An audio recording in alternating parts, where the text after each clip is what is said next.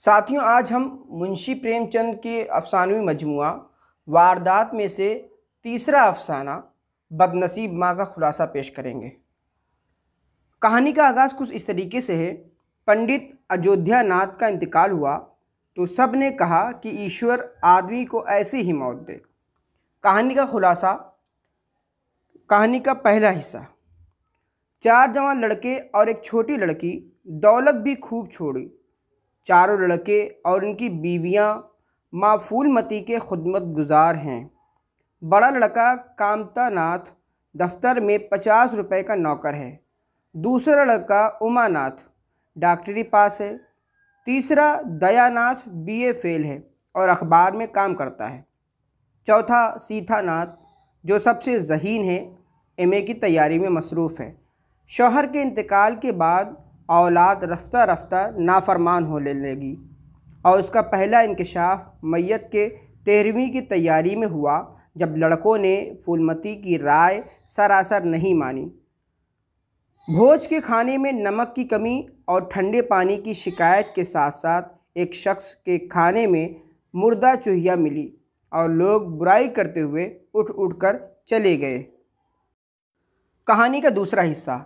2 महीने के बाद बहन कुमंद की शादी के सिलसिले में चारों भाई और उनकी बीवियां मीटिंग कर रहे हैं। बहन की शादी में कोई भी अपना रुपया खर्च करने को तैयार नहीं है। पंडित मिरारी लाल के लड़के से 5,000 रुपये दहेज के इवज़ शादी लगी। छोटा भाई सीतानाथ बहन कुमंद के लिए अपने पैसे खर्च करना चाहता है, लेकिन बड़े भाई लोग उसको भी बहका देते हैं और ख़र्च के डर से मिरारी लाल के लड़के से सगाई तोड़कर दीनदयाल पंडित से शादी कराने का प्लान बनाते हैं, जिसकी पहली बीवी फौत हो चुकी है और उम्र भी 40 के करीब है। दयानाथ अखबार में मजमून पर मुकदमा चलने का झूठ बोलकर माँ से हज़ारों के जेवर ठग लेता है, जिनमें भाइयों का मशवरा भी शामिल होता है। कहानी का तीसरा हिस्सा। 2 महीने और गुजर गए। अब बेटों ने माँ से मक्कारी और धोखाधड़ी शुरू कर दी और माँ को ये कानून समझा दिया कि बाप के इंतकाल के बाद बाप के तमाम जायदाद पर सिर्फ बेटों का कब्ज़ा होता है, बहन कुमंद का भी नहीं होता। कहानी का चौथा हिस्सा।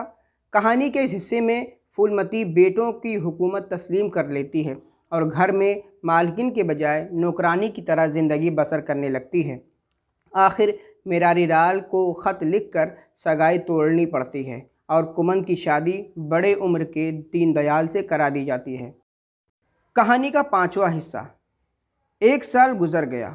फूलमती को अपना पुराना हवादार कमरा बड़ी बहू के लिए खाली करना पड़ा और एक भिखारन की तरह छोटे कमरे में रहने पर मजबूर हो गई। चारों बेटों की पेशा वाराना मुरादें पूरी हुईं। कामतानाथ बीमार था, उसको गंगा जल ही रास आता था। माँ फूलमती लाकर उसको देती थी। एक दिन गंगा में डूबकर वो मर गई। काबिल ज़िक्र किरदार बाप पंडित अयोध्यानाथ, माँ फूलमती, बड़ा लड़का कामतानाथ, दूसरा लड़का उमानाथ, तीसरा लड़का दयानाथ, चौथा लड़का सीतानाथ, बेटी कुमंद बेटी की सगाई मिरारी लाल के लड़के से, शादी दीनदयाल पंडित से। अगर ये वीडियो आपको अच्छी लगी हो तो लाइक, शेयर और सब्सक्राइब करना ना भूलें।